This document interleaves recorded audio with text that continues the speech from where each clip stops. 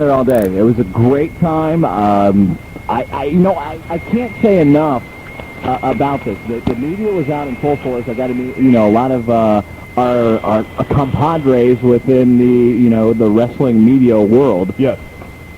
And I got to say, it's amazing how this stuff comes together. And thank God. I mean, this is the first day I was able to actually walk in the office and say, what do you need me to do? Do you need me to do something? And they're, no, we got everything taken care of. Tomorrow is going to be, you don't know how much hard work goes into the show. I mean, it is a painstaking process, a process that it takes, more than just one person to do. And the people that have been working down there and working hard at doing the show, are exhausted.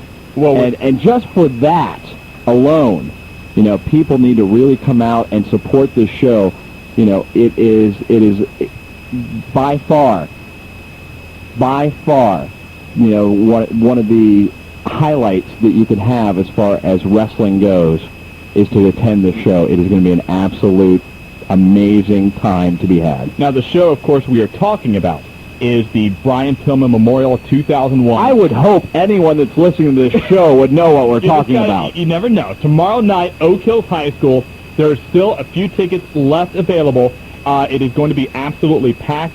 The Hardy Boys, Edge and Christian, Diamond Dallas Page, Canyon, Ricky Steamboat will be in the house, Terry Taylor, William Regal, Chris Benoit hopefully will be there. Yeah. It's just a stacked card. It's all for a great cause, and we are looking forward to that tomorrow, and we will be a major part of that, and we are, again, just all geeked up over that.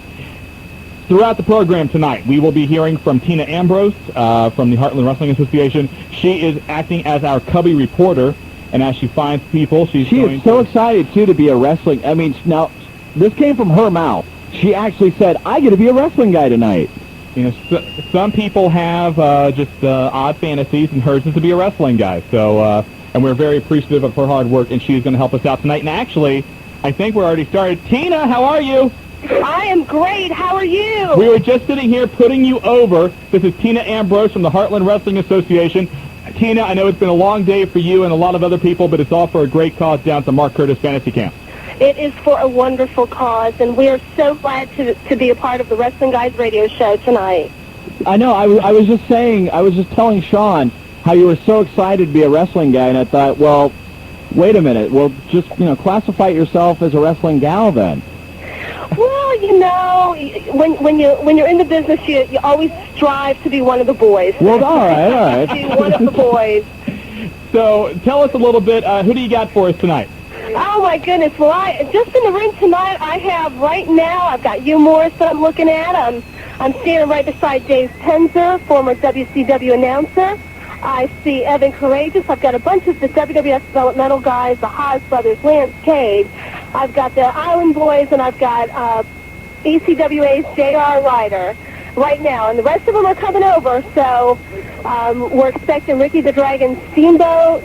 We have Terry Taylor coming over and a bunch of others.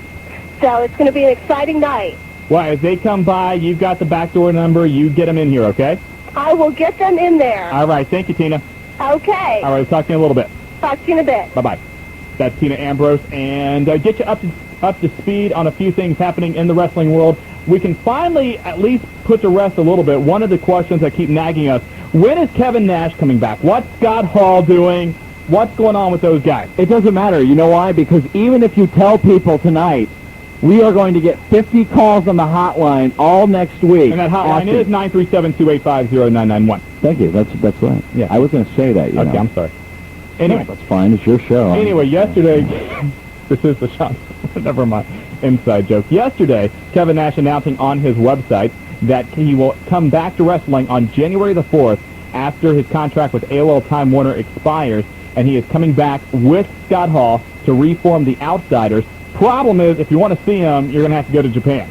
They are going to be a part of the New Japan Tokyo Dome show, which is one of the biggest shows in Japan. Yeah, last year, this garnered like 60-some thousand people, 70,000 people, so it's absolutely a huge event.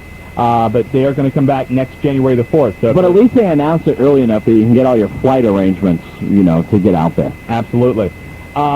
MECW, we've talked a lot about that. John Collins, this new promotion that he is going to try and start up a new national company, having its problems. This weekend is their first show at the old ECW Arena in Philadelphia on Saturday night, and they have announced today that that show is now going to be a free show.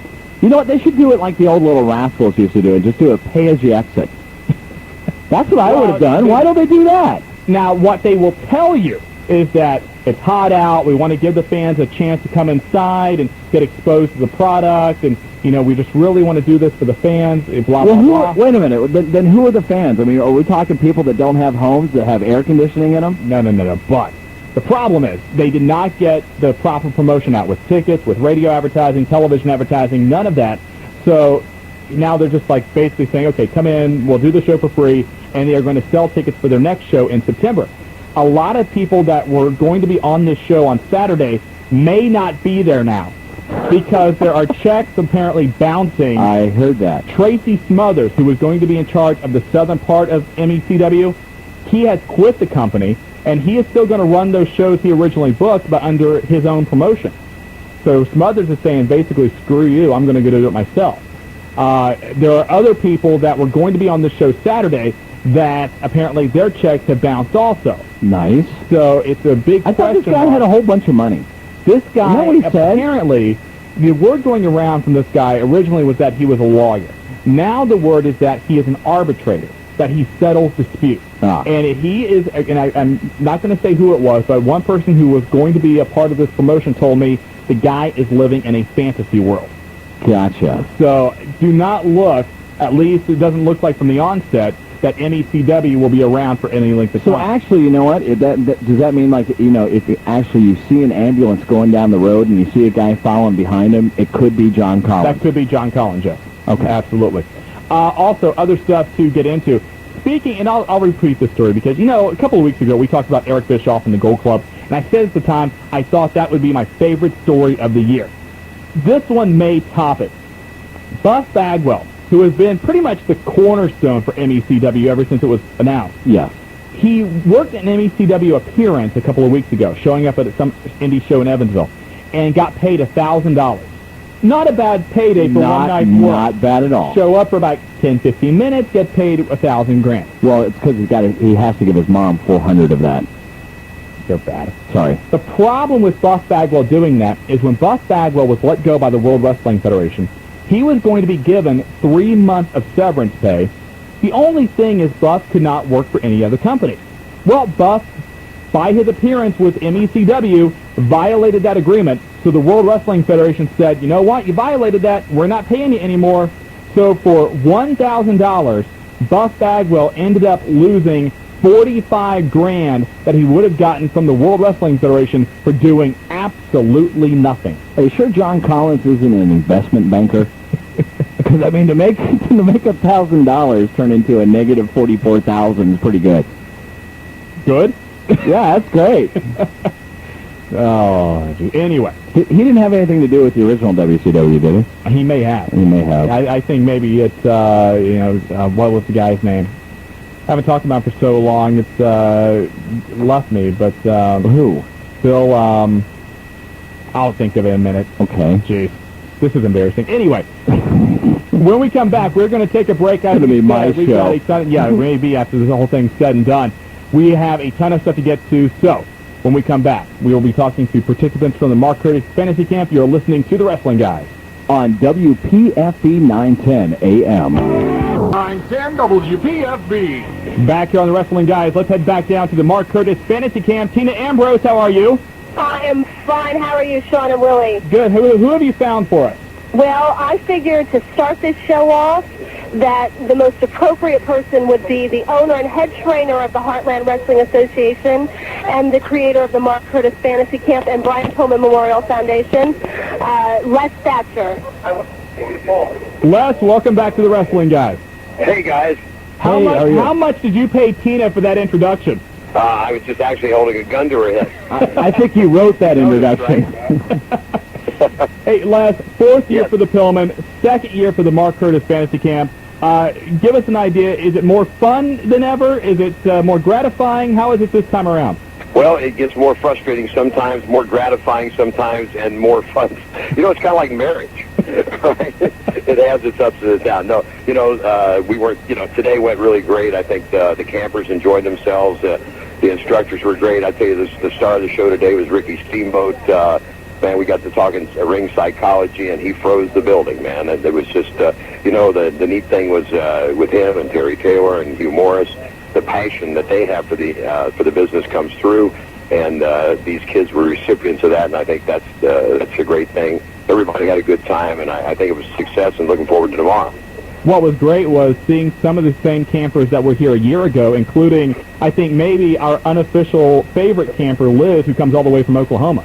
Absolutely. When this young lady comes in and bumps around with us last year, came back again this year, I asked her if she was aspiring to follow this as a career, and she said, well, I don't know yet. Maybe it'll take another year to find out. But you're right. I think, and we had another young lady this year, so we had two girls out there this year, and you know, just a great time. I think, you know, some of the guys from our camp that were there helping out with water and driving and carrying, you know, dropping people off and so forth. When we started talking to psychology, Terry and Ricky and I in the ring, these guys were saying, man, we just, you know, this is like a seminar for them too. So, you know, it's just a great time. And you know, anybody that's not done it should give it a shot. I think it's for a worthy cause, there's no doubt about that, but it's also a lot of fun. And I know you're getting ready for the big dinner tonight, and I don't want to keep you too long, but tomorrow, obviously, the granddaddy of all the indie shows in really anywhere in the country, the Pillman 2001. What's the latest on that? Who will we see, and what are some of the matches we can look forward to? Well, you know what? This year it's been like Murphy's Law, Pillman 01. And I was telling somebody today, I said, I'm getting a lesson in matchmaking 101. We're having to change the card with almost every hour on the hour. But, you know, I think it's going to be great. Auction, the independent showcase, a lot of great items for the auction. You're going to see a lot of the great indie developmental guys on the show. And at this point, with injuries as they have been, Booker T is, I don't know if he's how serious, but he's down and bad enough that he won't be able to wrestle tomorrow. What we're looking at now is probably going with a three-way tag, Canyon and DDP against the Hardys and against Christian and Edge. And that's what I'm looking at now, unless somebody else doesn't show up or something. But anyway, Jerry Lynn, bless his heart, is having an MRI today. You know, so several of these guys, you know, aren't going to be able to make it, but we got a heck of a crew. Everybody's here or is going to be here. I said, well, if you need me to, whatever you need us to do, we'll pitch in and go for it. But I think you guys have all been to you both have been to the Pillmans all 3 years, I believe. Sure. And as you know, it's a special kind of excitement, and I think therein lies the story. So whatever the matches, you know, the guys are going out there and bust their hump. And again, it's a unique show with the auction and with the photo session, and I think everyone's going to have a great time. You know, we got a chance today to see and find out what some of these auction items were. We knew the World Wrestling Federation was going to send some stuff, and we didn't know exactly what. There's some really unique things, including probably, I think, maybe one of the top items on auction tomorrow, a turnbuckle from a pay-per-view that's autographed by The Rock. Absolutely. That, and there is something. Now, I'm not sure what the item is. Maybe you know. Maybe you got a chance to hear about this before I did. But the company came up with something that has actually been signed by Brian Pillman. Yes. And that's going to be on the line tomorrow as well. And, of course, we have the body painting by Missy Hyatt and Tammy Stitch. Yeah, you're chuckling because you've already got a bid in, and I know. I have first dibs on that. I know. He saw the making of video. He paid the $19.95. And, of course, the one-of-a-kind championship belt from the Beltster, Joe Marshall. You know, the main plate will be the duplicate of the event T-shirt. So we talk about one-of-a-kind. It will be the only kind. The Pillman 01 championship belt, that'll be raffled, as well as we have sort of to explain, I guess it's like an Andy Warhol repetitive portrait done in watercolors by Kevin Johnson from the Hamilton, Ohio newspaper. That is framed and matted, and that will be signed by all the talent on the show. That will be raffled off tomorrow as well. So, I mean, wow, if you're a wrestling fan and you're not going to be here, then I don't know where the hell you're going to be. I'm going to ask you, and I probably should ask this question to somebody else. I want to see if you can answer for them a little bit. Over the last few years, when Pillman first started, you had guys like Steve Austin and Mick Foley and Chris Benoit, and guys that we knew had a connection to Brian Pillman. Now you're seeing guys like the Hardy Boys and Edge and Christian, guys that really maybe professionally we never saw work with Brian and never had a real connection, but yet they want to be a part of the show. Why do so many people that really didn't know Brian now want to be at this event? You know what, Shawn? I don't have that answer. It amazes me probably as much as anyone, because I have people come up to me and say, you never invited me to be on the Pillman Show. And I said, well, I didn't know you knew Brian. Well, I didn't, but I just hear everybody has such a great time, and it's for a good cause. And that's the neat part about it. A lot of these guys didn't know Brian. They knew him by reputation, or they'd watched him when they were buying tickets. They respected that, and now that they are in the industry, but guys, who actually had no connection to Brian asking to be on the show. And I think that's the great part, because everybody that will be here tomorrow night wants to be here. And that's the main thing. And I think they go out there. When you do TV, you do a pay-per-view, you do a house show, you have restrictions. You have a storyline that you have to follow. You have time frames that you have to work within. The film is a simple formula. The two guys or the tag team that's in the match say, hey, guys, go out, do whatever you want to do and have a good time. So these guys are allowed once a year at least to be as creative as they care to be. And I think that equates into pleasing the fans even more. One quick question. I know that it's been up in the air about Chris Benoit making an appearance tomorrow. Is he going to be there or not? Well, we're hoping so. He is. There's something to do with his rehabilitation, the therapy that he's going through with his injury, and if the arrangements can be made for him to work around that, or for them to get him in to take care of that. And obviously that is priority one at this point in time. He has expressed a desire to be here, and if at all possible, we can make the arrangements. If the time frame is right, he will be in the house. Of course, Steve Riggle's going to be there as our honorary commissioner for Pillman 01. But it's, and I don't know if I told you guys or not, if they've been on with you in a while, Lita is going to wrestle Victoria, and that should be a great match. I'm looking forward to actually Mark Henry and Hugh Morris, because you've got two of the more agile big guys in the business. It's going to be a lot of fun. Tickets still available, and if you want to get them, you can go to Ticketmaster.com. More information available also at PillmanShow.com. Les, have a great time tonight, and we will see you bright and early tomorrow. All right, guys. Thanks a lot. We'll see you tomorrow. Thank you very much, Les. Les Thatcher, the director of the Heartland Wrestling Association and the man in charge of Pillman 2001 and the Mark Ritter Fantasy Camp. Tina, you got somebody else for us now, or you need to go searching? Tina's going searching. Okay, so Tina went searching. And one thing that he said, too, and I really need to stress this, the matches are really secondary in this whole event. I mean, it is really an honor and a tribute to Brian Pillman. And what you will see on this show as far as matches. Now, and I don't know what's going to happen tomorrow. I really don't. But all I can say is every year there is an electricity, there is a certain element of surprise, and I don't know anyone, and I mean anyone, who has walked away from one of the Pillman shows and go, you know what? That just wasn't a very good show. Right. Exactly. I mean, up and down the board. Starting off with the independent card, you got some of the top independent guys, in the country. Actually, you know what? Not some of them. I will say the top independent guys in the country. A lot of guys under developmental contracts. A lot of the HWA guys that I really do feel and believe that will have developmental contracts real soon. You have a great opportunity to see the stars of tomorrow today. And you don't know what is going to happen. There may be another water fight with Missy Hyatt. Well, Conan won't be there, but maybe she'll find somebody else to run around the ring with. I know a few guys would probably volunteer for that. Yeah, absolutely. I mean, it is an absolute wonderful time, and I can't express to you enough how important it is for us to support this event. And, actually events like this, though, too. I mean, this is a big deal. It's all going to a worthy cause. And I'm telling you what, I guarantee you will have a great time at this event. Yeah, it's going to be a lot of fun. And, again, tickets are still available for the Brian Pillman Memorial event. And, one thing is and for these guys to get to the level they are, I'm talking about your Hardys and your Edge and Christians and whatnot, they certainly take pride in their work. But when they go out there for a pay-per-view or for Raw or for SmackDown, it's their job. They're getting paid to do it. They love what they do, and they want to do it well, but it's also a job. When they come to Pillman, they don't have to be here. They want to be here. They do not get paid. One of the things they want to do is they want to impress the boys in the back. Absolutely. So they absolutely raise it just a little higher. Yes, and I know that last year, We've all talked about Steve Regal and Chris Benoit, what an absolute classic that was. After that match, Raven and Just Incredible had to follow that. And I know Just Incredible was just like, what am I going to do? Yeah. What are we going to do? And so it's just, let's tear the house down. And Raven and Just Incredible had a terrific, great match. A great match, and even to the point that they were both, I guess, upset, and Les, I guess, actually had to come up to him and say, what's wrong? You guys just had a hell of a match. Because, yeah, but it wasn't, it wasn't as good as the match that came, right before that.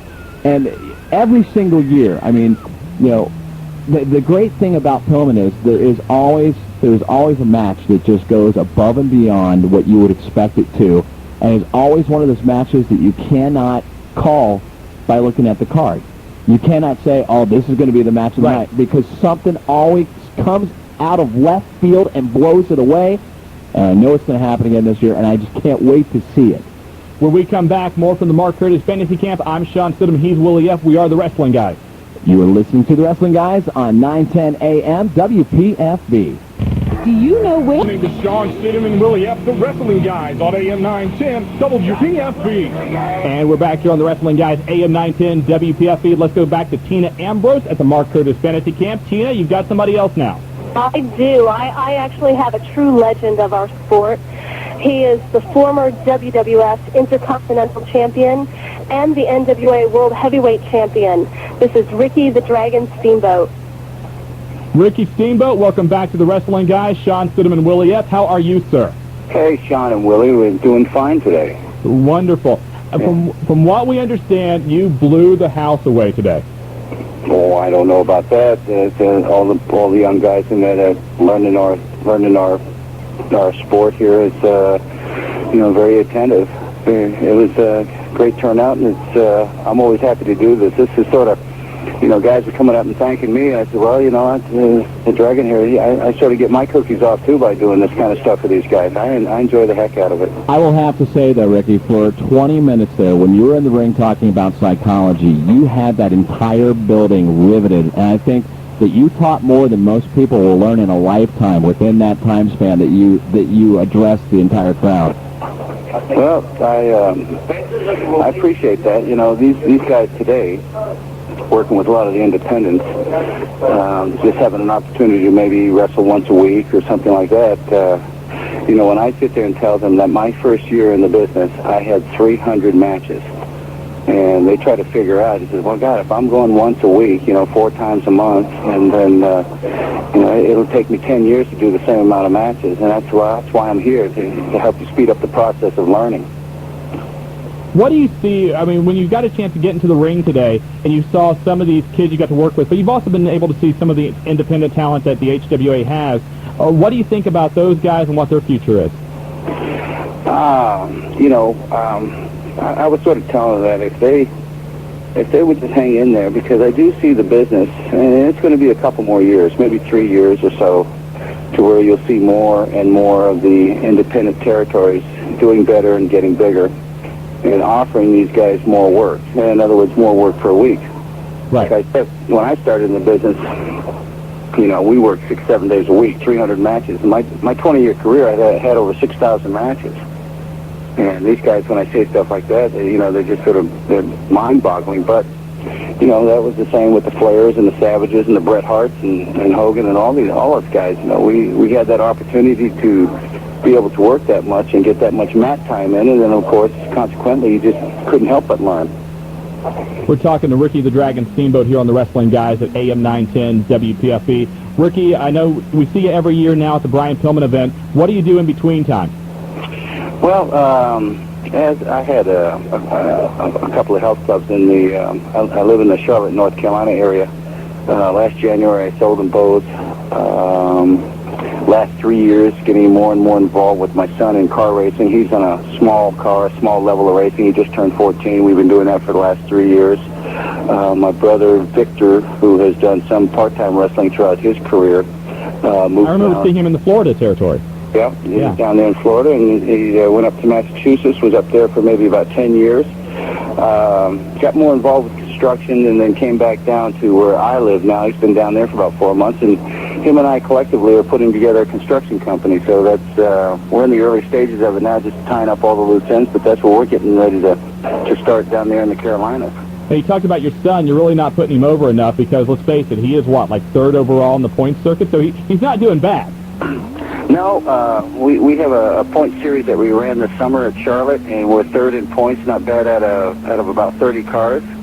And we also run another point series out in Concord, which is just a little bit north of Charlotte, and we're first in points out there running against the same kids. So, but what is very outstanding, and I'm not patting myself on my son's a hell of a driver too. He's been doing it for 3 years, but we race against kids like Rusty Wallace's kid, Stephen Wallace, the Grissom's, Jimmy Spencer's kid, Jimmy Jr. races. There's several of the race dads that their boys race, and of course they have those big $10 million race facilities, and their son's cars getting tweaked out at Dad's shop, and I don't begrudge that at all, because if I had access to that, you can bet my son's car would be tweaked out there. But we just got the right stuff, and I went through a learning process for 33 years how to hook this car up, and we finally got it right this year, and now we're beating them in races.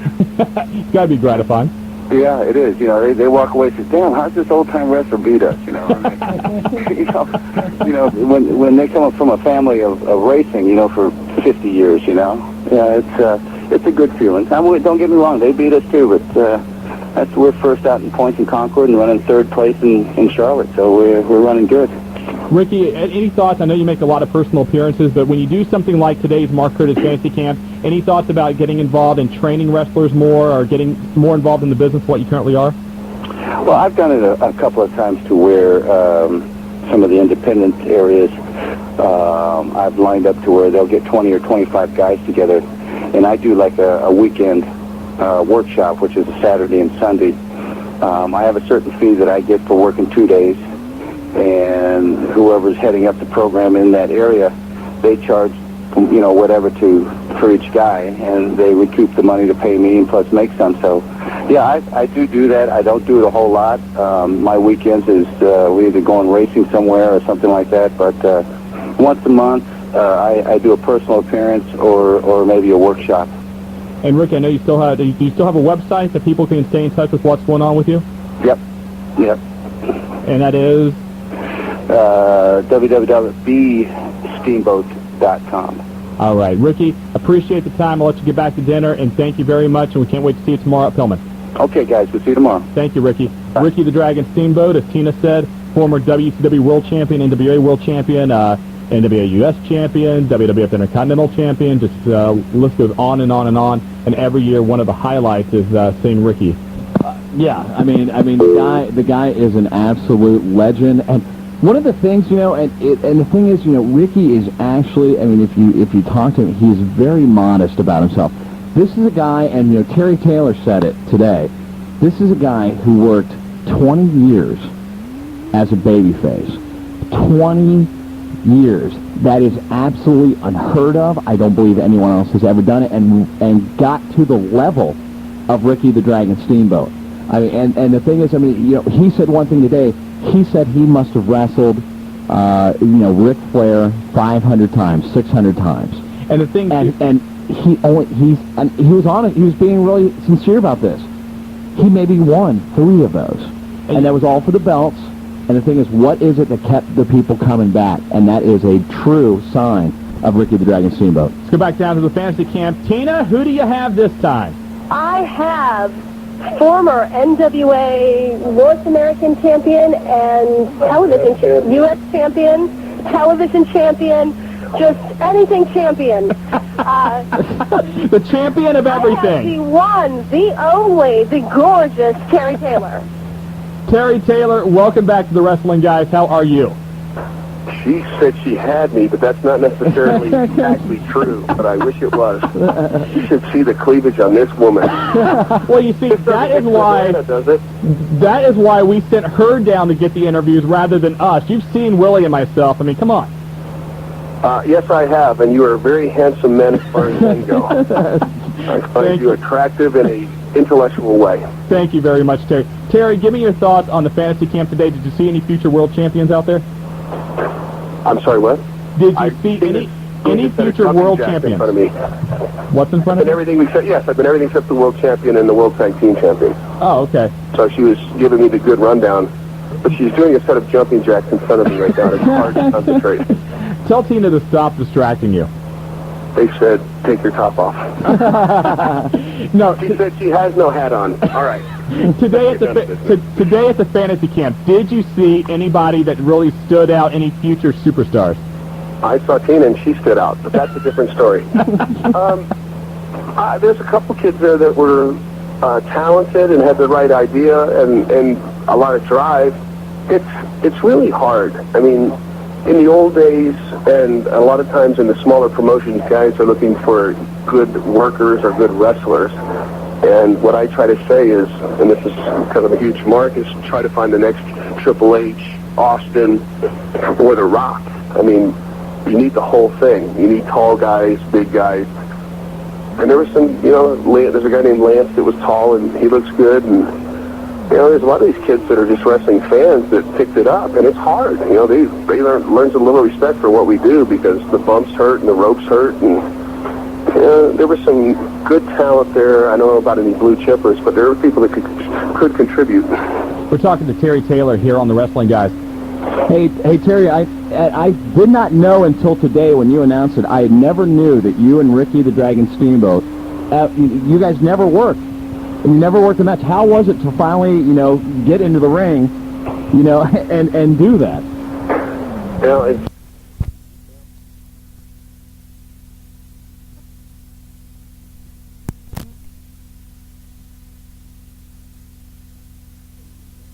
I'm nervous because I didn't want to. He's so good, and that reputation, I didn't want to let him down because people could say either I was good or bad, but until he actually, was in there with me, he would never know. And, it's hard to believe I got, nervous about, not doing it right. But he said it was fine, so it was, it's exciting. I love being with guys that know what they're doing and love the business still. Now, you guys had a session today where you talked about ring psychology. For those that weren't at the camp today, can you share a little bit of that with us and how you feel like psychology plays into today's wrestling? No. Not unless they pay me $500. Send us a bill. Yeah, and you'll send me a check. There we go. No, the main thing is, we were talking psychology. It's the art of the emotional roller coaster that talented wrestlers, performers, sports entertainers can take the audience through without the audience knowing they're doing it. It isn't a stunt show. It's not pyrotechnics. It's not music.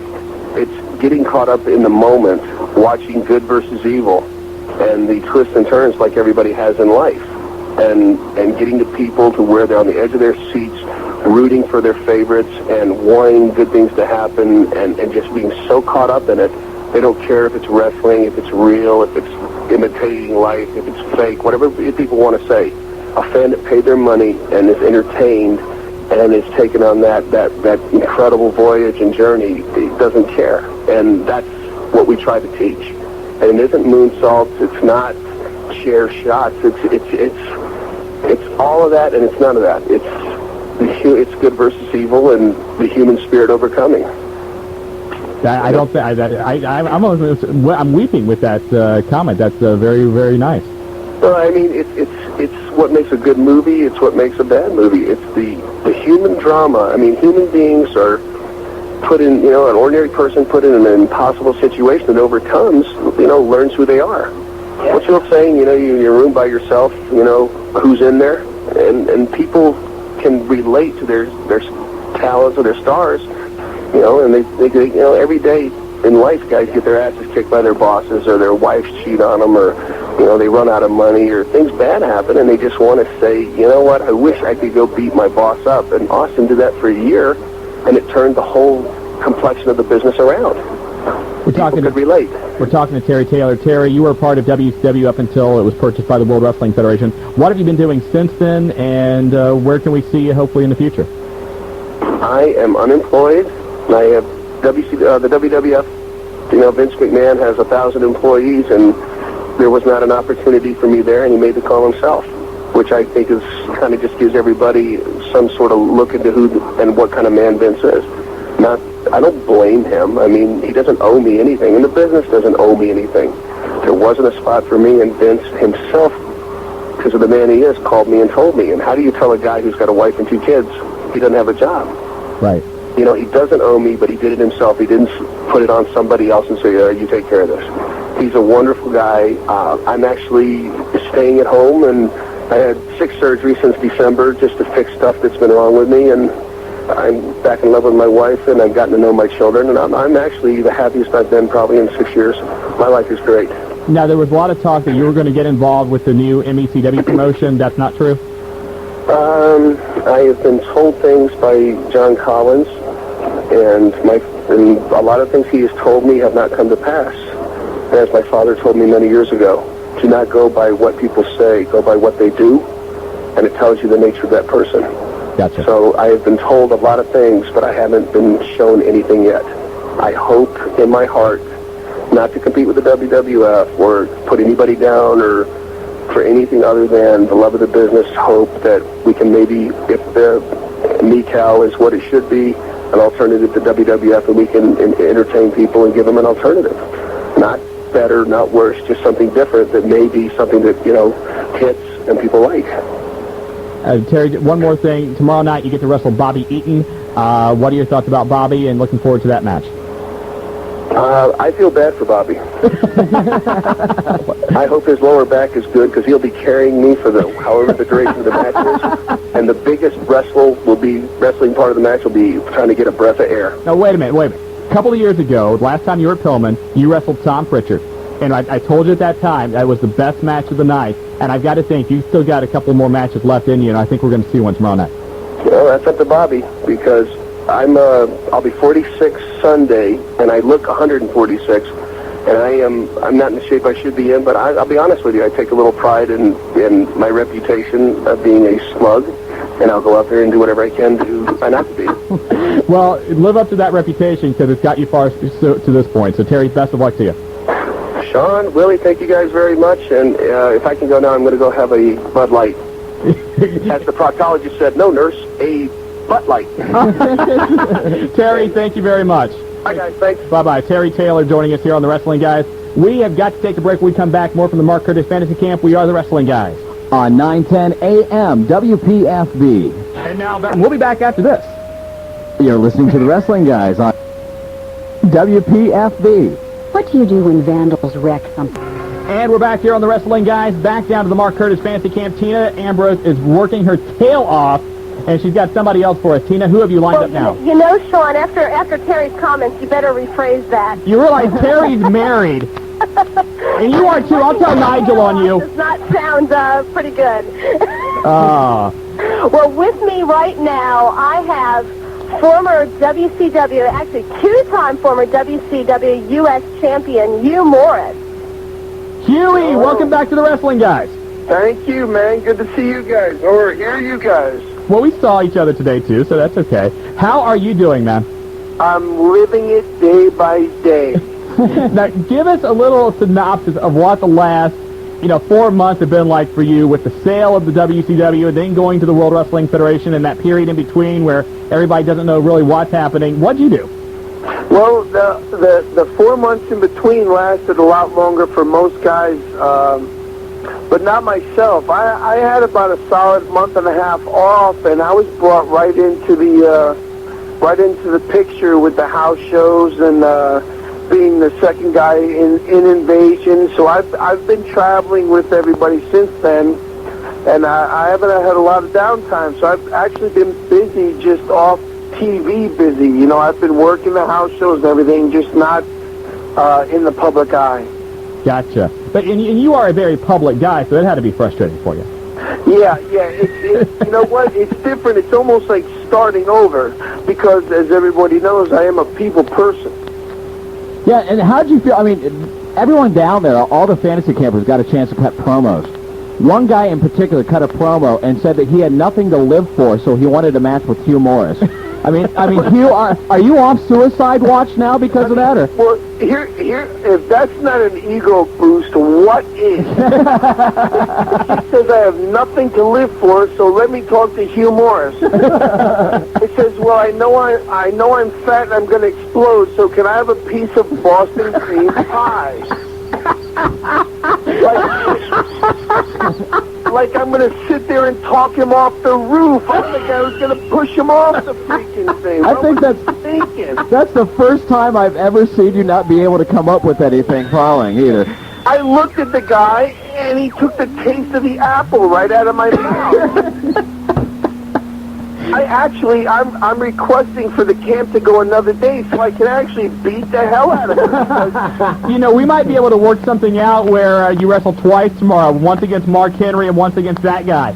I might do a run-in just on that putt sitting in the front row. I have nothing to live for, so could I speak to Hugh Morris to complete my total depression? What the hell is that? Oh, we're talking to Hugh Morris here on the Wrestling Guys. Hugh, we have a lot to live for, and we love talking to you, so hopefully that makes you feel better. Oh, yeah, you know I love you guys. Thank you very much. Hey, Hugh, give us a little idea of whenever the guys from WCW got into the World Wrestling Federation locker room, various reports on the internet and whatnot that there was some tension and there wasn't. Give us the real insider story on what it was like merging those two locker rooms together. Well, here's the story. I mean, naturally, the only way I can compare it is like the old NBA. What was it? The ABA and the NBA. They had their stars. We had our stars. But in reality terms, we're in the same business, but we weren't at the level. So we were intimidated. That's the only word I can look at. So we didn't want to cross that line of, hey, how you doing? Good to see you. So it was almost hello, and we went back and sat in a corner. And being the professionals that they are in this organization, they said, no, that's not the way we do things here. Everybody's on an even keel. So it's coming around, and it's still quite intimidating to be part of a machine that runs so well. But I can't stand anybody from either company, so it really doesn't faze me either way. And yet you keep being asked back for this thing, and you keep coming back. Well, I mean, I don't understand. I can't get fired. I keep getting asked back to do things I didn't want to do in the first place. It's almost like a marriage you can't get out of. Now, Hugh, in all seriousness, I know you, Brian Pillman meant a lot to you, and I know Mark Curtis, Brian Hildebrand did as well. Yes. And I know it's a big honor for you to actually be here. Yes, it was one of those moments when I was home for that brief time, wondering, am I going to be invited back now that, you know, we are out of that limelight? And because it means a lot, not the fact that the people know I'm here, just the fact that those two gentlemen know I'm here for them and their families know. So, you know, always an honor, and this is one of the perks in this business to be a part of this thing. Now, last year, if I remember correctly, it was you and Vampiro, and you went all over the building. Tomorrow night, Mark Henry. What can we expect? Give us your game plan. I got the same game plan. If Mark Henry doesn't think he's going all over the building, then I got to agree with him. Well, Hugh, best of luck to you tomorrow night. I look forward to seeing you again, and thanks a lot for coming on with us tonight. Thanks, guys. Good to talk to you again. Nice seeing you, Hugh. Hugh Morris. All right. From World Wrestling Federation, WCW, the Alliance. He's a part of that. Right. So, Tina Ambrose, wrap things up for us here, darling. Darling? Whatever that is. Gosh, what an exciting day we had today, Shawn and Willie. I mean, we just had a ball. The campers had a great time. And you know what? Do we have any more time left? We got to wrap it up. So, who do you got there? I've got Dave Penzer in front of me. Why don't I let him wrap it up? Let's do that. Okay, Dave, why don't you wrap it up for us? Hey, I got another scoop. Oh, let's hear it, Dave. Just signed at the Pillman Show tomorrow. Buddy Rogers against, yeah. Dave, we have nothing to live for. Tell Dave Sherritt it's going to be Nature Boy Buddy Rogers, former NWA champion, against an opponent to be named later. You're just putting more heat on yourself, Dave. You're getting us all in trouble. You know that. That's all right. Is that the we have nothing to live for match, Dave? That See, no, I didn't say that. Hey, Dave, I know... I was trying to make light of a situation that got blown out of proportion. I understand. It did get blown out of proportion. And I appreciate you coming back on here. Nice to see you again today. And, Dave, tomorrow you got a busy time, I know, doing the ring announcing for Pillman. And what's it like back this year? You've been around now for a couple of years, the second Mark Curtis Fantasy Camp. What's your impressions the second time around? That's cool. It's awesome. Pretty much the same. A lot of the some of the campers are back, campers or whatever they call them, and students. And but I think everybody's kind of pointed towards tomorrow now that the camp is over, and looking forward to a hell of a show.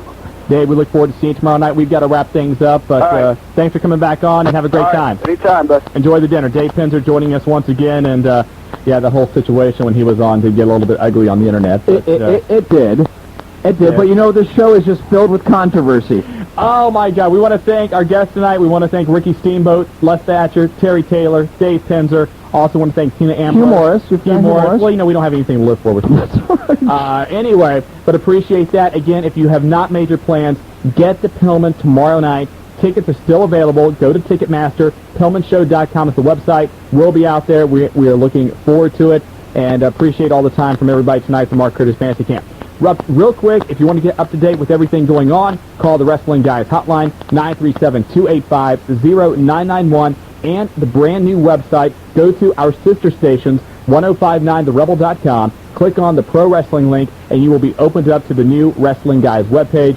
Check that out, message boards, columns, and a whole lot more. And, William, we're done for another week. We're done, but you know what? We have just started because tomorrow is the big day. And you never know, folks. I mean, you don't want to miss. I'm telling you, you do not want to miss this show. You'd never know when you might see one like it again. Absolutely. For Willie F., I'm Shawn Stidham. We are done for another week. Have a great time. We will see you at Pillman. A terrific Wednesday to you. We are the Wrestling Guys. Shawn Stidham and Willie F. That's kind of redundant. He just said that, so I don't know why I have to come back and do that. Because you like hearing yourself talk. Okay, that's good enough reason. A loaded show tonight. That's the word that we're getting, that we have a loaded show.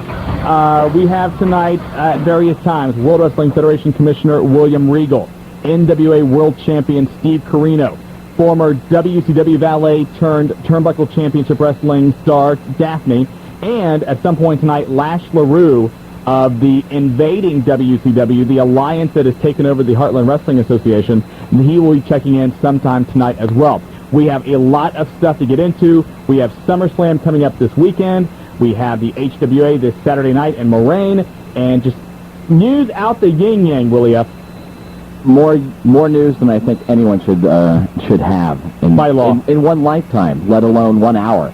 First of all, we want to thank everybody that was on the Wrestling Guys bus trip last week as we went down to Pillman 2001. A great time had by all. Over $41,000 raised for the Pillman Foundation. Your thoughts of Pillman last week? I thought Pillman. I don't think there was any match that, but I don't think there was any match that stood out like maybe Benoit and Regal did. But at the same time, there was a lot of matches that you just looked at and went, "Wow, that was a really good match." And there was a lot of guys that looked really impressive. Mark Henry and Hugh Morris, I thought had a very good match, and Mark Henry looking as more impressive than he's ever had before. Probably in the best condition that he's been in.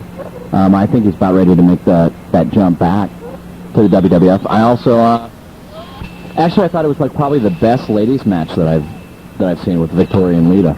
Victoria is absolutely just a talent, and if you haven't seen her, you need to see her because she is definitely going to blow you away. I think, top to bottom, the Pillman show this past Thursday was probably one of the most impressive they've had.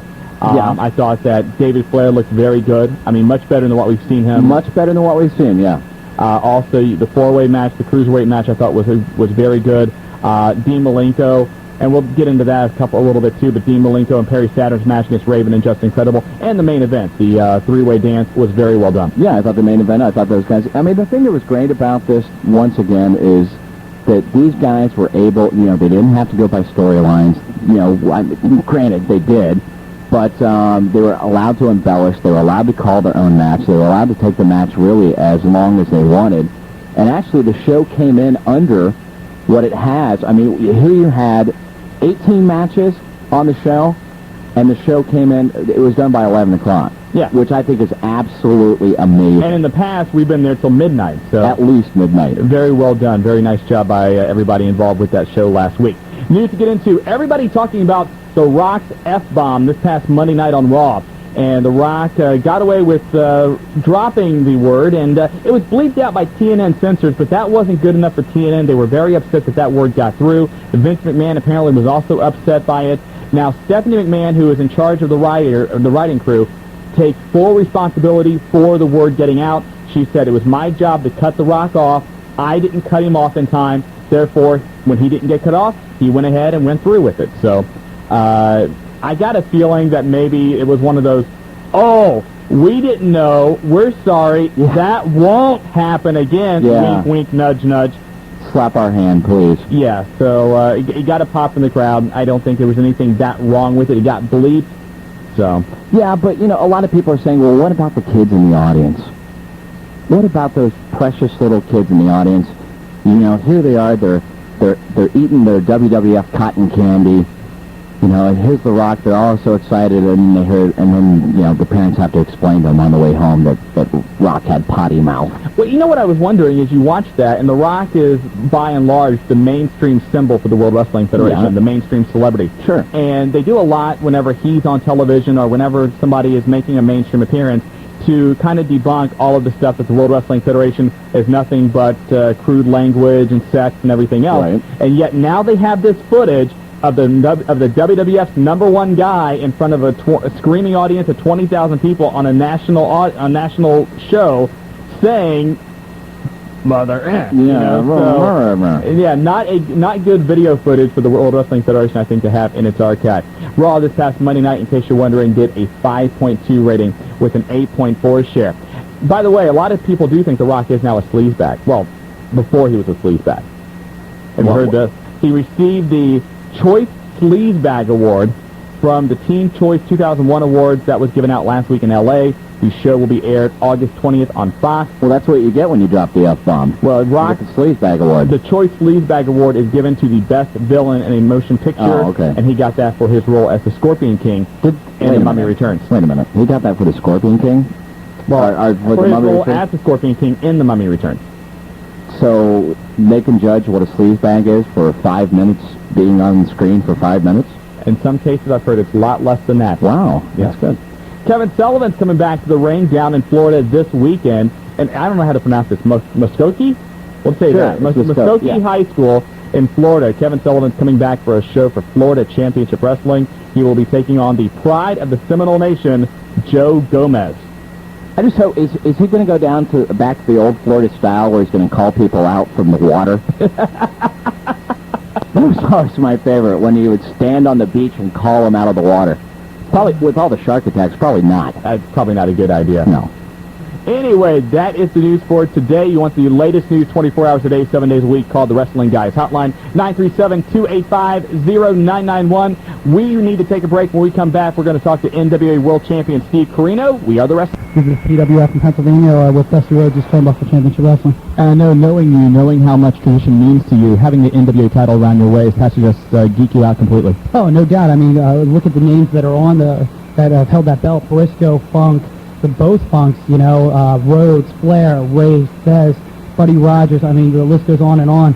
It is at one time it was the most important title in professional wrestling, and you know what? I'm here to try to make it that title the most important title in professional wrestling again. I mean, I sit there, I defend it 15 times a month. Not many champions can do that. You know, you have your Stone Cold Steve Austins and your Booker T's that are working night after night defending their respective world titles. I'm out there, you know, busting my hump. I'm not busting my hump in front of 20,000 people. I'm busting my hump in front of 300, you know, maybe 1,000, you know, and when I'm in Japan, a lot more. But, you know, it's the same thing. I'm going up against different competition every night in a different town, and it's a lot of fun, but it's a lot of challenge. And you talk about working for Dusty Rhodes and Turnbuckle Championship Wrestling. Dusty has almost been like a father figure to you in the business, hasn't he? Oh, no doubt. I mean, there was something special the day Dusty Rhodes, for some reason, always took care of Steve Carino, and continues to do so. And, yeah, I look at him as a second father. I mean, the battles that we've had have just been out of respect. And the battles we have now in Turnbuckle Championship Wrestling are the same thing. It's, you know, I go up to learn something every time. The guy's been wrestling for over 30 years. The guy's drawn as much money as Hulk Hogan, back in the 80s. I mean, it's an unbelievable feeling being in there with one of your heroes. Now, we're backstage at the Pillman Memorial event, and I asked this question to Les Thatcher. He didn't know the answer to it, and I figure you're as good as anybody to answer this question. When Pillman first started the Memorial event, we saw guys like Austin and Benoit and Jericho, and guys that we knew had a connection with Pillman. Yourself, as far as I know, I didn't really have a professional connection with Brian Pillman, yet you, Edge, Christian, Hardy Boys, Lita, all want to be here. Why is it important for you to wrestle at this event? Quite honestly, is to keep the tradition going. I mean, when you talk about Edge, Christian, the Hardy Boys, Just Incredible, you're talking myself, the guys from HWA, the guys from Ohio Valley. You're talking about the future of professional wrestling, and we're here not just to make a name for ourselves more, but to keep the memory of Brian Pillman alive. Steve, thank you very much, and continue defending that NWA World title. My pleasure. Thank you. Great guy to talk to, Steve Carino. As you could tell, we were backstage at the Pillman event, and a guy that has a real respect for the tradition of the business, as you could hear. Having that NWA title, even though a lot of people nowadays look at that, and certainly that belt is not as prestigious as it was in the 60s and 70s and 80s, but for Steve Carino, a guy who understands the history of this business and knows that Briscoe and Funk and Flair and all of these different legendary names have held that belt, having that same title around his waist means the world to him. He is very much a class act. He's actually a very quiet guy, which I was actually surprised. I mean, meeting him for the first time. But he's also a terrific father. He brought his son, Cody, along with him, and also stayed around and signed bunches and bunches of autographs after the event. After, a lot of people were packed up and already back at the hotel, here he is with Cody in hand, going out to the ring and signing autographs. A very class act and a great guy. And a great talent, too, and I wish, even though I don't even know if he wants this, but, I wish someone would really look into picking him up. I mean, his mic skills, as he proved on Pillman, too, are exceptional. Steve Carino cut maybe the best promo in Pillman's history. I would say so, yeah. This past Thursday, when he told David Flair, how did you get to be the one out of the 728 kids your dad has fathered across this country? After your dad has spent 28 years making the Flair name the greatest in the history of wrestling, it took you only 3 years to ruin that. Yeah. It was a great promo. It was a great job overall. And Steve Carino appeared at the MCW show, this past Saturday. A little bit of problems, though, for Carino and company. Now, I talked to Steve backstage after the interview, and I said, what are you doing with going to MCW? What's going to be your role there? And he said, well, I told John Collins that here's a list of guys I will face. Here's the finishes, and I can't do a clean job because of my status with the NWA. Sure, and that makes perfect sense. Here's what we can do. So the idea was he was going to face Buff Bagwell. He was going to go over on Bagwell. He was going to get the win, and all would be happy. And he and Buff actually went through the match, backstage. Last second, Bagwell goes to Collins and says, "Hey, John, I'm winning tonight with my finisher." Yeah. So Collins goes to Carino and says, "Buff's winning with his finisher." Carino says, "No, he's not. We've already discussed this. I can't do that. I'm the NWA World Champion. That's not in the deal." So they ended up changing it and going to Jack Victory, who, no disrespect to Jack Victory, he's no Steve Carino. No, right. And I think even Jack Victory will tell you that. Absolutely. Just so Buff could win with his finisher. Right. And the fans at the old Viking Hall at UCW Arena let him know that they didn't really like him there. Right.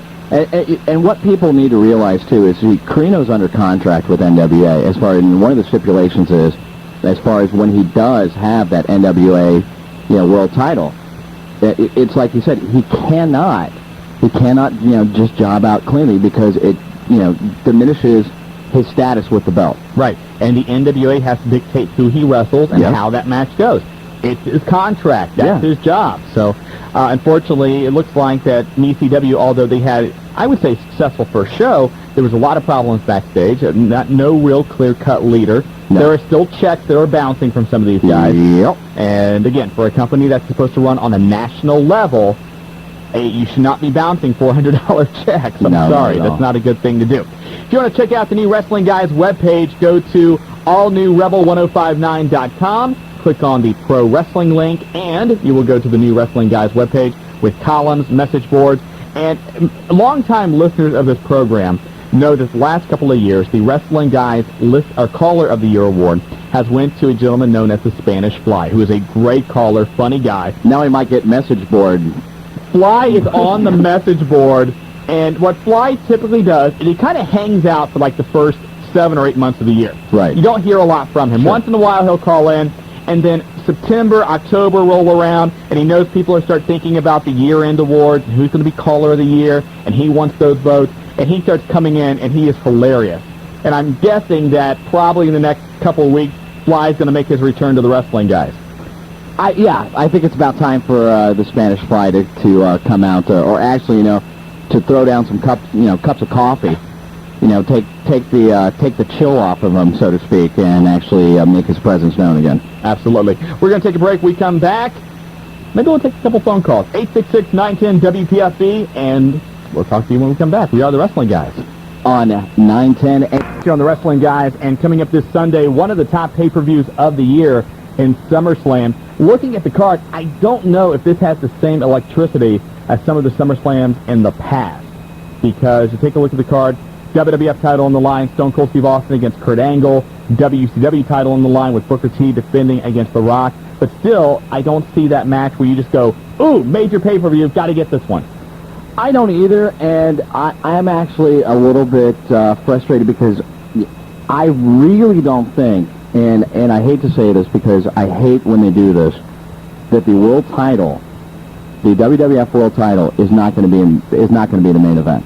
You think I do not think Austin Angle is going to, even though it's a dual main event, I do not think that is going to be the main event. I think that actually it's going to be, since everything's built upon The Rock and The Rock's return, I think they're actually going to elevate that to be the main event.